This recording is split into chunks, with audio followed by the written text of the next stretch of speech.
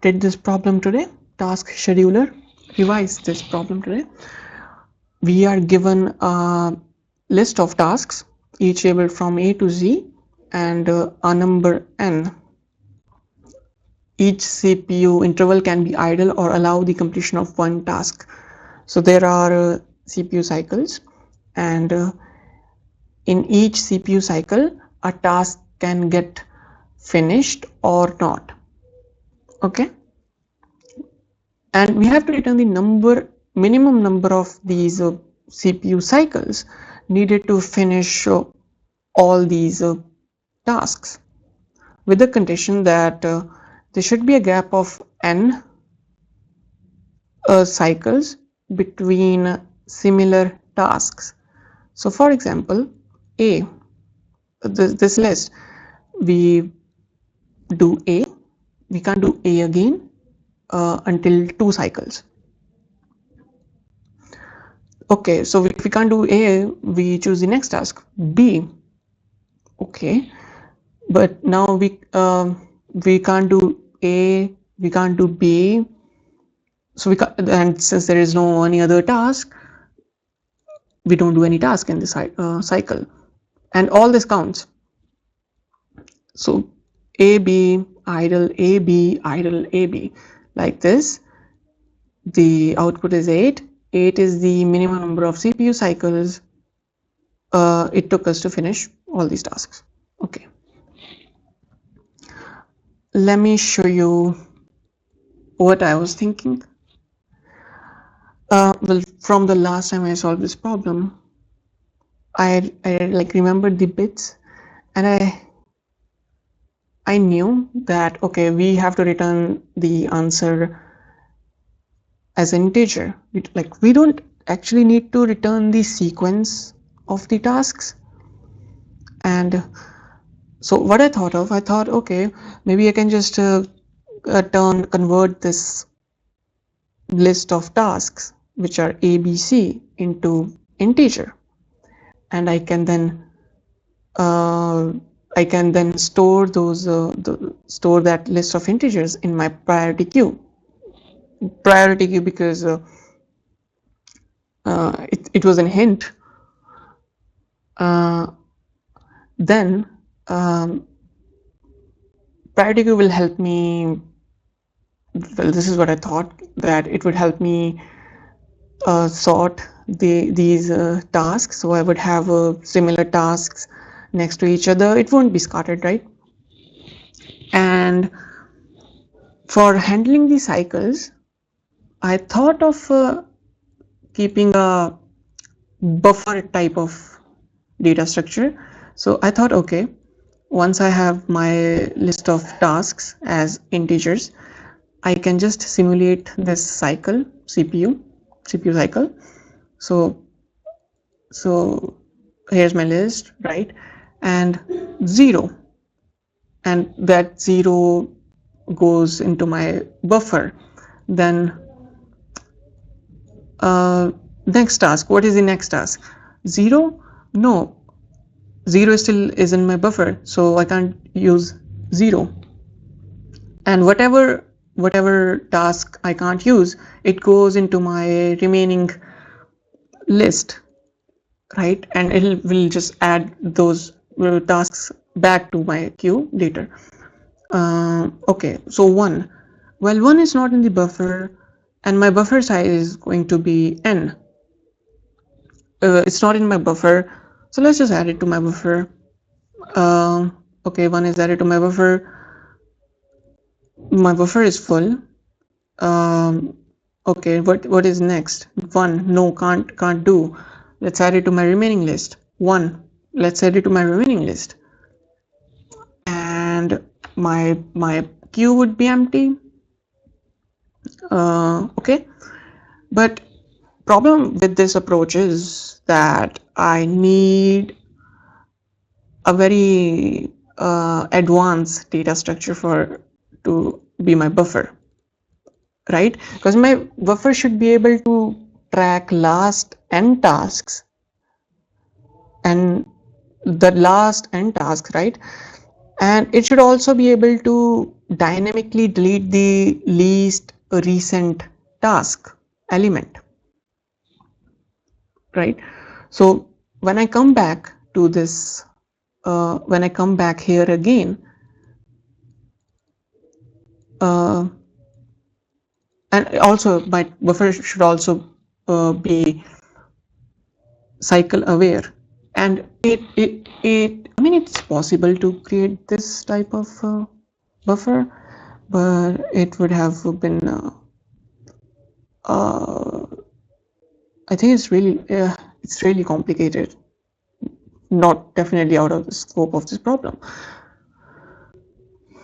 Okay, so yeah, this I tried I I tried using an array here for my buffer, and I was thinking of using some kind of pointer. Of course, it would not have worked, and I knew it, but still. Okay, here's the actual answer, and I couldn't do it, but I understood a lot of things. First of all, frequency is the important point here. We need to calculate the frequency of each task. Okay, and for the prior, okay, once we have calculated the frequency, we know how many times we have some task in the in my list. Now I can simulate the CPU cycles. Okay, so I can simulate here. um, if I only use a hash map, I can get the task with most frequency, and when task with most frequency, update its frequency, update my count here, and just go to the next cycle. But I did not know how would I manage my n cooldown period. And like I said, we don't really need the task itself. Those are really, I think it's really for the distraction, because we don't need to return the sequence of tasks. So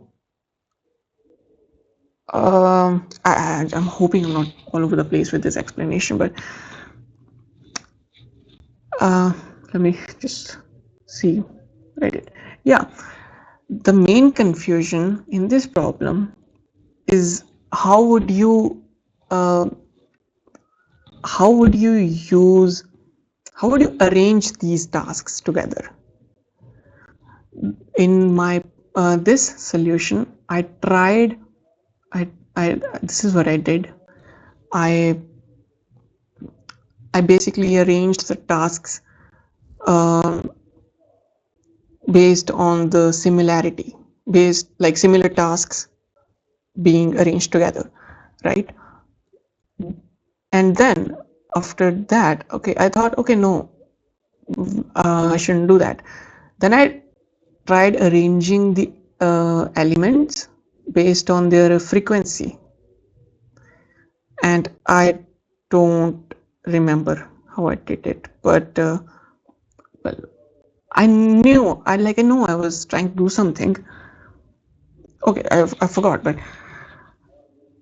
what we need here is to store the frequency of each task in my priority in the priority queue, not the actual tasks. Okay, so here from example 1, we only have A and B, each have frequency of 3.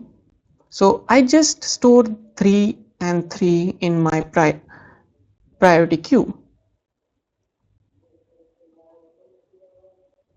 and what I do now is I say okay, and this remaining list, it was earlier outside of this loop, but it actually needs to be inside the loop, else you will get like your loop will not get broken. And let me just copy paste take this code, paste it here. Okay, this is the main point. Here we are simulating the actual cycles. This cycle is really just the this loop will run n number of times, or as long as queue has elements. And I'm checking, okay, we have 3 and 3 in our queue, 3. Well, okay, if then I'm checking if do I have more of such this task in my list. That means its frequency greater than 1. Yes, then add that frequency to remaining list. We'll come back to this. It will be processed later, and then decrement the cycle, increment my count.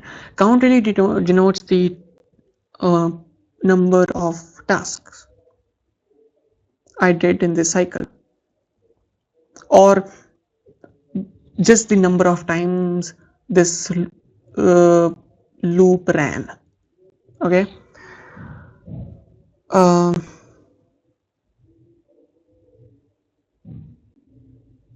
Yeah.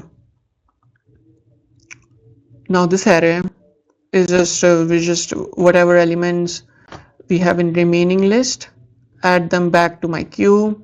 So the right, this is important. Incrementing my result with the well, after this, if at this point my queue is empty, then that means we handled all the tasks here.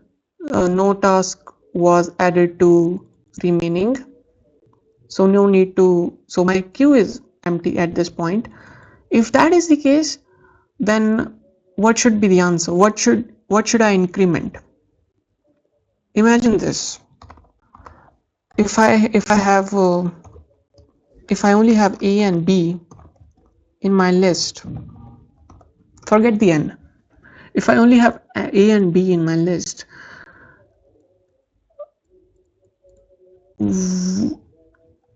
then in my queue I will have 1 and 1, right? Because we are storing frequencies. And as long as my queue has elements, this loop will run. It will run for how many times? 2 times. And 2 tasks got finished in this loop, in this cycle. No, the 2 tasks got finished in this cycle, and 2 denotes the CPU cycle that we are trying to simulate. This is confusing because of the differences in implementation. We are using loop concept here, but just think about okay, forget it. Number of tasks got executed, 2.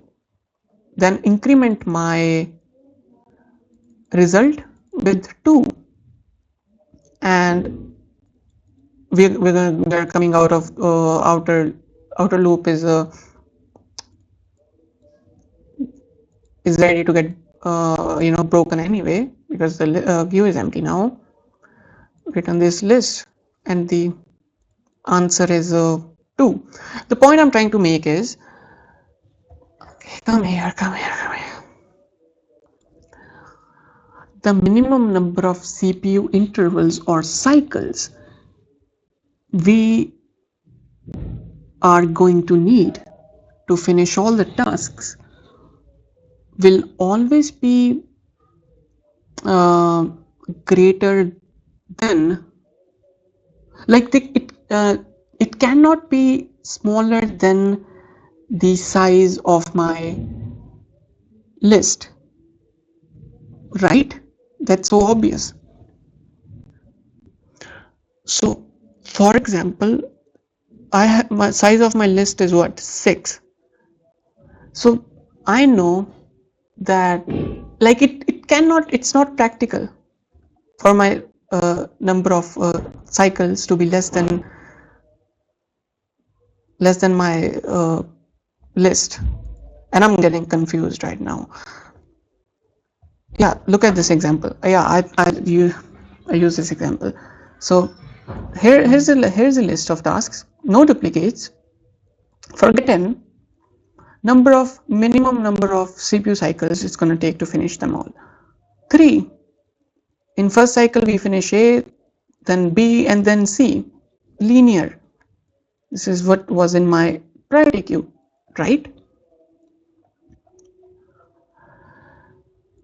3 is the number of time this loop ran when there was no duplicate in my list. Hope I'm recording. Okay, yeah. Now, when this is not the case, when we still have elements left, then you just add n plus 1, which is really just the same idea with duplicates.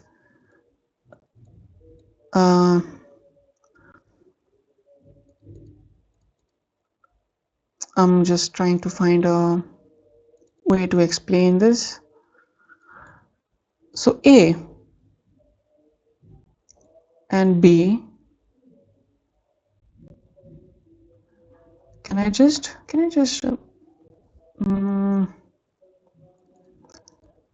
let's just delete this cycle thing, causing confusion. I can just use the count for same thing. While my count is smaller than n, count plus plus,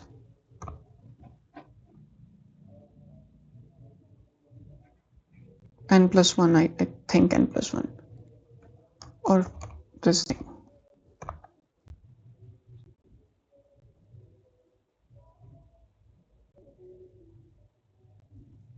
Yes.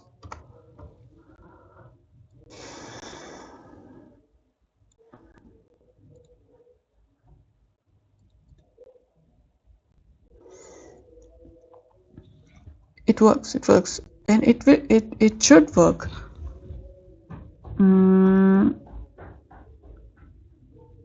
Don't get confused by plus 1 here.